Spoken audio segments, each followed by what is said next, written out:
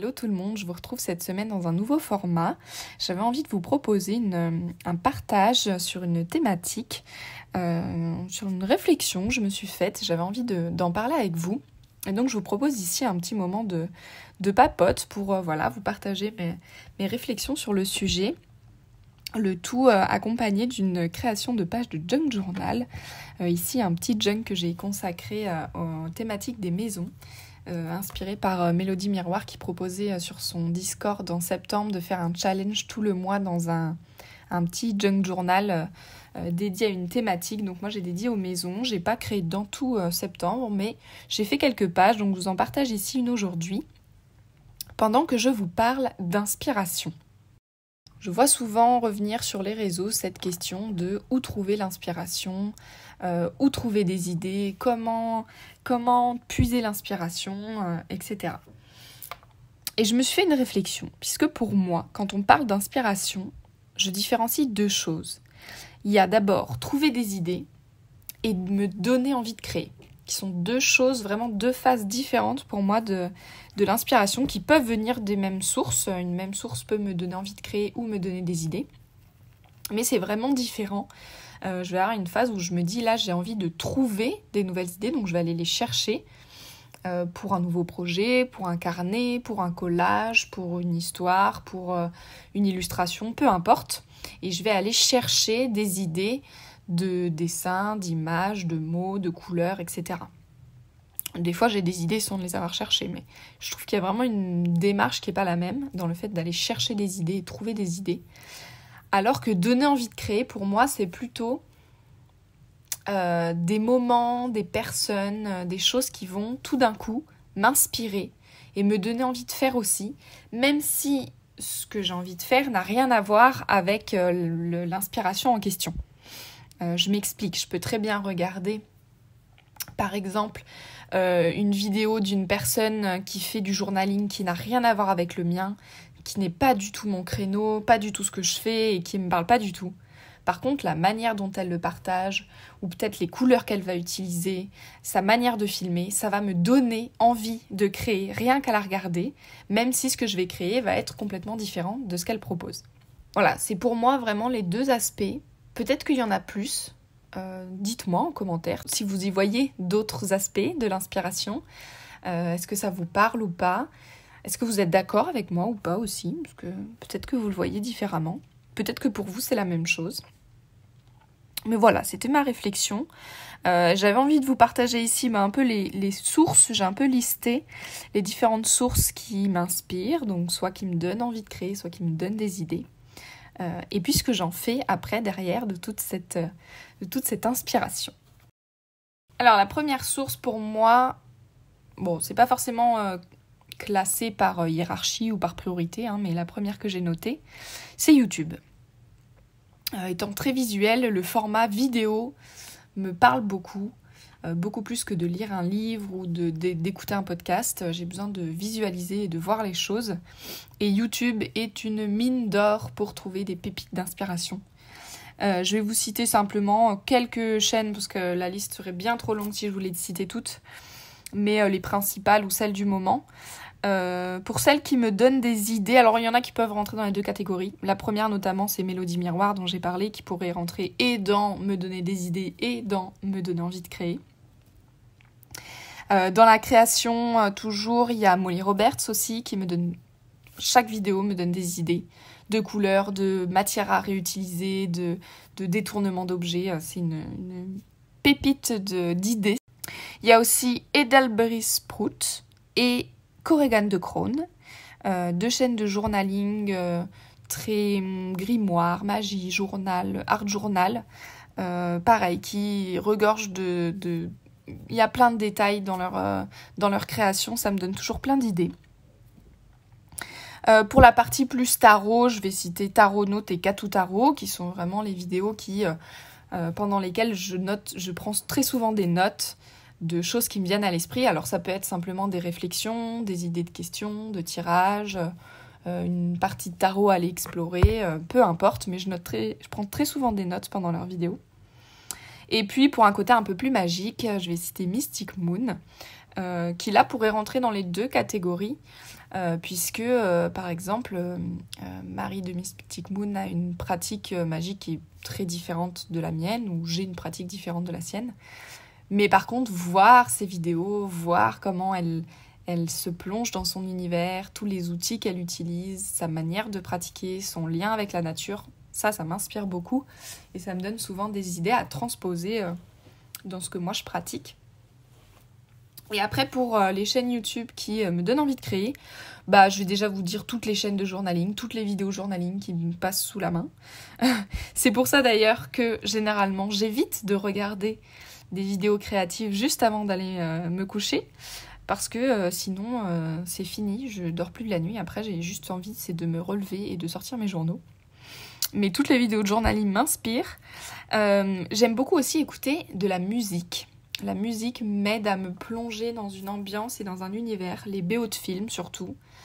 Mais j'ai 2 chaînes que j'aime beaucoup. Alors il y a Ambient World, qui est très connue et justement qui reprend des ambiances de films et des musiques de films. Et il y a Alex Rainbird Music, qui là propose de différents types de musique, mais c'est vraiment de l'instrumental, donc qui est pratique à écouter pendant qu'on crée ou pendant qu'on travaille, et qui est plutôt saisonnier, puisqu'ils sortent des playlists et des musiques par mois et par saison. Je vous mettrai bien sûr en description toutes les références que je vous cite ici. Voilà pour YouTube. Ensuite, pour les livres. J'ai beaucoup de livres que j'aime lire en lecture active. Ça, c'est les livres qui vont me donner des idées. C'est des livres dans lesquels je vais mettre des post-it partout, je vais écrire dans la marge, je vais rajouter des post-it. Je vais, des fois même certains, créer un carnet à côté ou prendre des notes dans un carnet à côté pour garder une trace de ce qui m'a vraiment marqué de la lecture. Donc là, je vais vous en citer 3. J'ai Austin Kleon avec ses livres Still Like an Artist, Keep Going et Show Your Work. Pour l'instant, j'ai lu que le premier. Je suis en train de lire le deuxième, Keep Going. Et vraiment, c'est en anglais, mais c'est très facile à lire. Je ne peux que vous recommander. C'est des perles de sagesse. Chaque page, chaque thématique, chaque point abordé amène un lot de réflexion et d'idées. J'ai dévoré le premier livre. J'ai pris des notes comme jamais j'ai pris des notes en lisant un livre. J'ai adoré son travail. Ensuite, il y a Kellyanne Maddox avec son livre Rebel Witch, que j'ai beaucoup exploité automne-hiver dernier, que j'ai un peu laissé en suspens avec la saison lumineuse de printemps-été. Et là, ça y est, j'ai envie de revenir dedans. Donc un livre pour construire sa pratique magique, quelle qu'elle soit, et de la manière dont on a envie. Mais alors, il regorge d'inspiration, d'idées, de thèmes à explorer, de manières de les explorer, d'outils, de supports, de thématiques. Vraiment, c'est une pépite. Il y a des choses à prendre et des choses à laisser, comme tout ouvrage qui aborde ce genre de sujet, bien sûr. Mais vraiment, j'aime beaucoup la manière dont elle aborde les choses parce que c'est très pratique. C'est des choses qu'on peut mettre en place tout de suite. Ça me parle énormément. J'aime les livres qui ont soit des exercices, soit des questions, des choses très pratiques qu'on peut mettre en place tout de suite. J'adore. Et puis, il y a aussi Lynda Barry, donc là, qui rentre plutôt dans la catégorie de livres qui me donnent envie de créer et qui m'inspirent. En ce moment, je suis en train de lire What It Is de Lynda Barry. Et c'est pareil, il y a des choses à voir partout dans les pages. C'est ce genre de livres, les beaux livres qu'on aime feuilleter. Et de temps en temps, il y a une chose qui attire mon regard ou qui me donne une idée ou qui m'inspire. J'aime vraiment bien le feuilleter.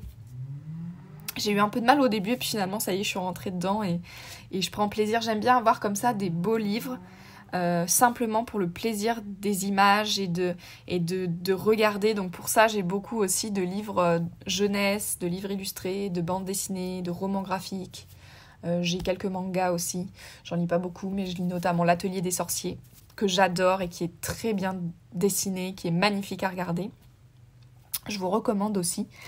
Mais j'aime beaucoup aller regarder en librairie, par exemple, les rayons jeunesse et aller observer les couvertures qui sont mises en avant et voir un peu les thématiques qui ressortent en ce moment, les personnages qui reviennent, les couleurs qui reviennent. On voit souvent des tendances comme ça en BD aussi.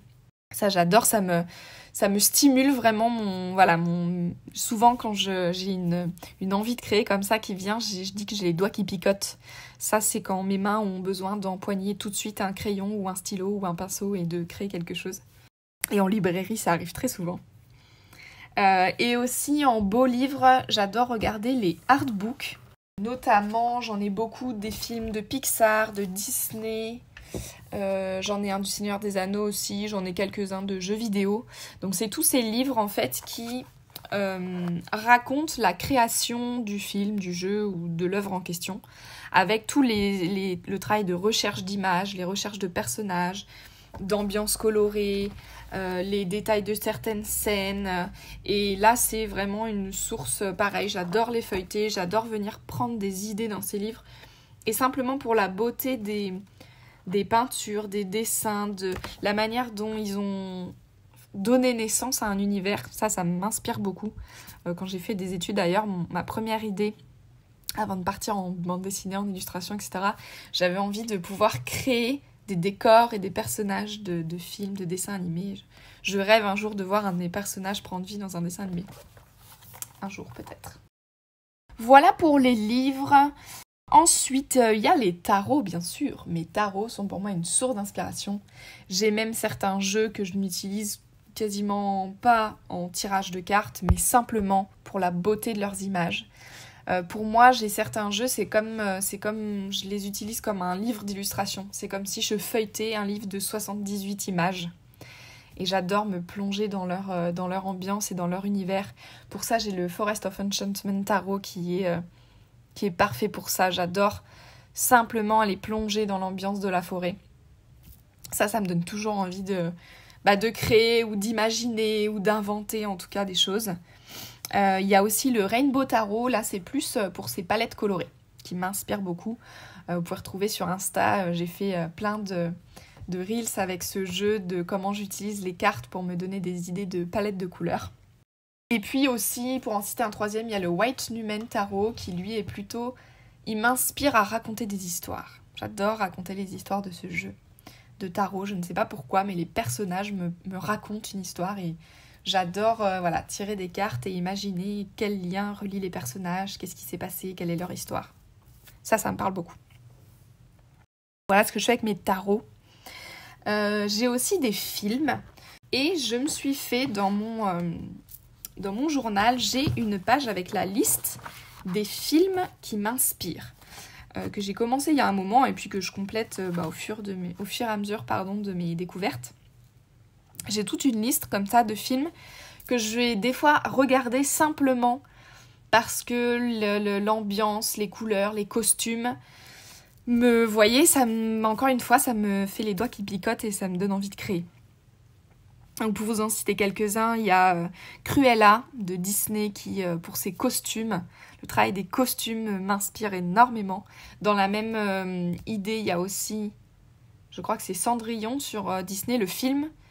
Je sais pas s'il y en a eu plein ou qu'un, mais en tout cas j'en ai vu un où les costumes de la belle-mère, qui est jouée par Cate Blanchett, sont incroyables. Et les couleurs et les tissus de ces costumes, ça m'inspire énormément. J'ai aussi beaucoup de films d'animation. J'ai nommé La Tortue Rouge, Kiki la Petite Sorcière, Princesse Mononoke, tous les Disney et tous les films du studio Ghibli en général sont là pour m'inspirer. Et puis tous les films qui vont m'emmener dans un univers un peu magique ou un peu... je pense au Seigneur des Anneaux, je pense à Harry Potter bien sûr qui sont mes grands classiques d'inspiration. La liste est bien plus longue encore une fois, mais je vous en cite que les premiers qui me viennent, ou en tout cas ceux qui reviennent le plus souvent. Ensuite, dans ce qui me donne envie de créer, souvent, être en nature. Voilà, ça va être très cliché, mais je suis souvent très inspirée. Il suffit que je sois dans une belle forêt, avec une belle lumière, là, vous savez, cette lumière de fin de journée, où les rayons du soleil bien jaunes... font vraiment des percées comme ça à travers les feuilles, là, avec un écureuil qui passe ou un animal que j'arrive à voir au loin. Voilà, là j'ai les doigts qui picotent 100%. Être vraiment en nature m'inspire beaucoup, me donne envie de créer, de sortir mes pinceaux au milieu des paysages magnifiques. La lumière, je suis très sensible aux lumières du tôt du matin, tard le soir. Je trouve que ça révèle vraiment des moments magiques. Quand on dit « Ah, c'est magique, un beau coucher de soleil », bah pour moi, la magie, elle est là aussi. Vraiment dans les couleurs, dans la lumière de la nature qui se révèle avec les différents moments de la journée. Ça m'inspire beaucoup. Voilà, je pense qu'on a fait pas mal le tour de tout ce que j'avais envie de vous parler, en tout cas en inspiration. Mais plus concrètement aussi, c'est l'observation. Observer, observer, observer. Je pense que c'est la leçon la plus importante que j'ai retenue de ma dernière licence en illustration que j'ai faite. C'est qu'on m'a pas appris à dessiner, on m'a appris à observer. Tout est inspiration partout, tout le temps. C'est vraiment quelque chose qui... Je peux pas mettre pause, je peux pas me dire là je suis en vacances ou je suis en week-end, je mets mon inspiration sur pause. Non, ça marche pas. C'est jour et nuit, 24 heures sur 24, 7 jours sur 7. Il suffit que je vois quelqu'un passer dans la rue qui a une tenue hyper colorée, ça y est, j'ai envie de créer. Il suffit que je vois une typo un peu particulière sur une enseigne de magasin et j'ai envie de la redessiner. Voilà, l'inspiration pour moi, elle vient vraiment partout. Là, je vois par exemple mes pots de feutre sur mon bureau, que j'adore voir toutes ces couleurs étalées dans mes pots de crayons, de feutre, de stylos sur mon bureau. J'adore, ça me stimule. Et c'est pour tout, partout, tout le temps. Vraiment, observer autour de nous la nature, les gens. C'est vraiment ce qui me nourrit. Et j'ai remarqué aussi que ça veut dire sortir de chez moi, faire des choses. C'est pas l'inspiration, c'est pas que derrière mon écran, via les réseaux sociaux. J'ai pas parlé d'Instagram, mais bien sûr, toutes les chaînes YouTube dont je vous ai parlé, sont aussi présentes sur Instagram, qui est aussi une grande source d'inspiration pour moi. Mais si je vis rien, si je fais rien, si je rencontre personne, l'inspiration chez moi, elle retombe comme un soufflet. C'est vraiment se nourrir de ce qu'il y a autour de nous d'une manière générale. Et alors, qu'est-ce que je fais de toute cette inspiration que j'ai une fois que j'ai trouvé des idées ou que j'ai envie de faire? Déjà, je fais beaucoup d'albums pour regrouper mes inspirations. J'en fais sur Pinterest, j'en fais sur Instagram, j'en fais dans mes albums photos sur mon ordinateur, j'en fais même en pochette papier. Toute image qui m'inspire, je l'enregistre tout le temps. Et je vais très souvent mettre le nez dans ces tableaux. Je vais très souvent les revoir. Souvent, avant de faire une session, par exemple, d'art journal, je vais voir mon tableau d'art journal sur Instagram. Et je fais comme ça très rapidement un tour des images. Et hop, ça génère des idées, une envie, un truc de ça y est, je visualise, je prévisualise en fait ce que j'ai envie de créer. Je le fais très souvent et je reviens tout le temps voir mes tableaux d'inspiration. Ça, c'est la première chose. Ensuite, quand j'ai envie de m'occuper les mains, quand il y a quelque chose qui m'a donné envie les doigts qui picotent là, mais que j'ai pas forcément, alors soit pas l'énergie, soit pas d'idée, soit pas envie de me lancer dans un gros projet, mais que j'ai juste envie d'occuper mes doigts. Alors j'ai plein de choses que je peux faire. J'aime bien faire des nuanciers d'aquarelle, simplement pour le plaisir de la couleur, de faire des mélanges et de voir apparaître des nouvelles teintes avec mes aquarelles, ça j'adore le faire. Voilà, ça me sert toujours en plus après pour mes projets. Je me fais un système un peu de numéros des couleurs et des couleurs que je crée pour pouvoir les réutiliser plus tard dans mes illustrations. Je peux aussi préparer des papiers tout simplement, ça je fais très souvent, des séances où je vais prendre 3, 4, 5, 10 feuilles de papier différents et puis je vais peindre, je vais faire des motifs, des tampons, peu importe, suivant l'envie du moment. Je prépare aussi mes pages surtout de Creative Journal. Je vais préparer quelques pages d'avance à mettre un peu d'aquarelle, à découper mes printables, éventuellement à déjà coller la date ou quelques images de 2-3 pages d'avance. Ça, j'aime bien le faire aussi. Ça me fait gagner du temps aussi après. Et puis, l'avant-dernière chose qui me vient en tête,